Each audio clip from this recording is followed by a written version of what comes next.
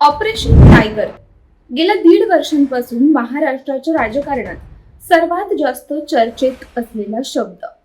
प्रत्येक 2-3 महिन्यांनी एकच चर्चा रंगते. ठाकरेंचे खासदार फुटणार, शिंदेंच्या संपर्कात आहेत, लवकरच मोठा राजकीय भूकंप होणार. पण आजपर्यंत प्रत्येक वेळी या चर्चा फक्त चर्चाच ठरल्या.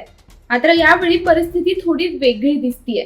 कारण यावेळी ऑपरेशन टायगरला दुजोरा विरोधकांनी नाही तर खुद्द ठाकरे गटातील नेत्यांनी दिलाय.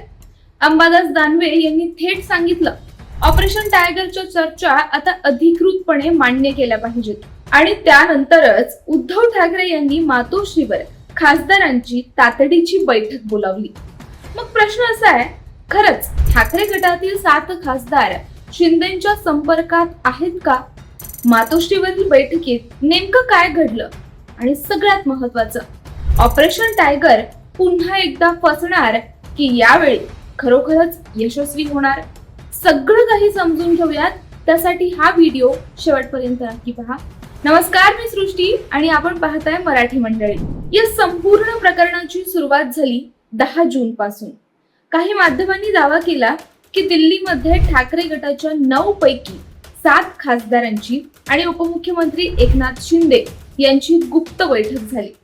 ही बैठक अत्यंत गोपनीय पद्धतीने पार पडली आणि या बैठकीत ठाकरे गटातील 7 खासदार शिंदे यांच्या शिवसेनेत जाण्यास तयार असल्याची चर्चा सुरू झाली. इतकंच नाही, या 7 खासदारांपैकी एका खासदाराला केंद्रात मंत्रीपद मिळू शकतं असाही दावा केला गेला. विशेष म्हणजे हे मंत्रीपद मराठवाड्यातील खासदाराला मिळू शकतं अशी चर्चा होती. यानंतर राजकीय वर्तुळात नावांची चर्चा सुरू झाली. ठाकरे गटाकडे सध्या लोकसभेत 9 खासदार आहेत. अरविंद सावंत, अनिल देसाई, संजय दिना पाटील, संजय जाधव, ओमराजे निंबाळकर, नागेश पाटील आष्टीकर, राजाभाऊ वाजे, भाऊसाहेब वाकचौरे आणि संजय देशमुख. यातील नेमके कोण 7 खासदार शिंदेंच्या संपर्कात आहेत यावर तर्कवितर्क सुरू झाले. दरम्यान काही घटनांनी या चर्चांना आणखी खतपाणी घातलं. एप्रिल महिन्यात केंद्रीय मंत्री प्रतापराव जाधव यांनी दिल्लीत आयोजित केलेल्या डिनर पार्टीला ठाकरे गटाचे नागेश पाटील आष्टीकर आणि संजय देशमुख उपस्थित होते. तर मे महिन्यात स्वतः एकनाथ शिंदे हे संजय दिना पाटील यांच्या पत्नीची विचारपूस करण्यासाठी रुग्णालयात गेले होते. यानंतर शिर्डीचे खासदार भाऊसाहेब वाकचौरे यांना ऑपरेशन टायगर बद्दल प्रश्न विचारण्यात आला, तेव्हा त्यांनी थेट उत्तर देणं टाळलं आणि फक्त एवढंच म्हणाले, मौनम सर्वार्थ साधनम. त्यांच्या या एका वाक्याने चर्चांना आणखी वेग मिळाला. यानंतर मैदानात उतरले शिंदे गटाचे नेते भरत गोगावले.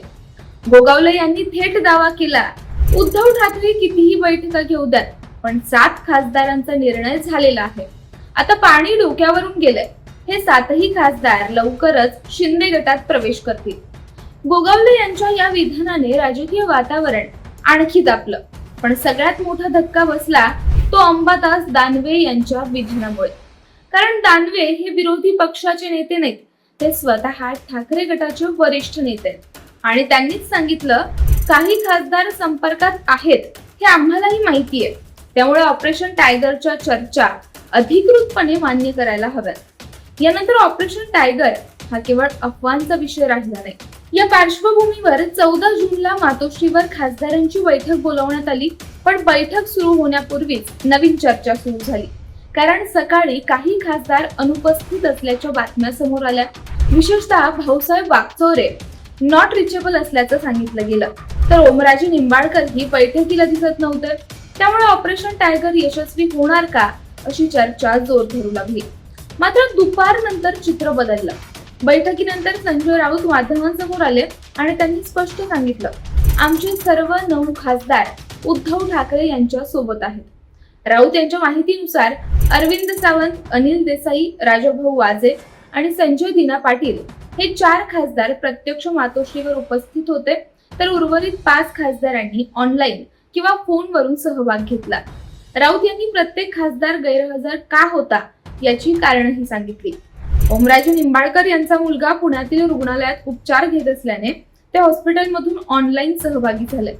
भाऊसाहेब वाकचौरे यांच्या पत्नी आजारी असल्याने त्यांनी शिर्डीतून ऑनलाईन हजेरी लावली.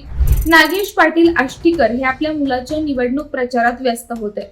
संजय देशमुख यांच्या घरी लग्न कार्य सुरू होतं, तर संजय जाधव हे मतदारसंघातील पूर्वनियोजित कार्यक्रमात व्यस्त असल्याने त्यांनी फोनवरून सहभाग घेतला.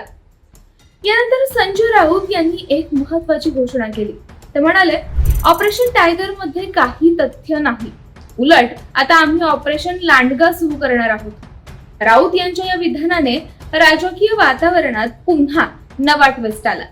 मात्र प्रश्न अजूनही कायम आहे. जर सर्व काही सुरळीत होतं तर अचानक मातोश्रीवर बैठक का बोलवावी लागली? जर कोणतीही नाराजी नाही तर अंबादास दानवे यांनी ऑपरेशन टायगर अधिकृतपणे मान्य करायला हवं असं का म्हटलं? आणि जर सगळे खासदार ठामपणे ठाकरे यांच्या सोबत आहेत तर शिंदे गट 7 खासदारांचा दावा इतक्या आत्मविश्वासाने का करत आहे? सध्या तरी एक गोष्ट स्पष्ट आहे, ऑपरेशन टायगर यशस्वी झालेलं नाही, पण ते पूर्णपणे संपलेलंही नाही. कारण महाराष्ट्राच्या राजकारणात जे दिसतं तेच नेहमी खरं असतं असं नाही, आणि जे दिसत नाही तेच अनेकदा मोठा राजकीय भूकंप घडवतं.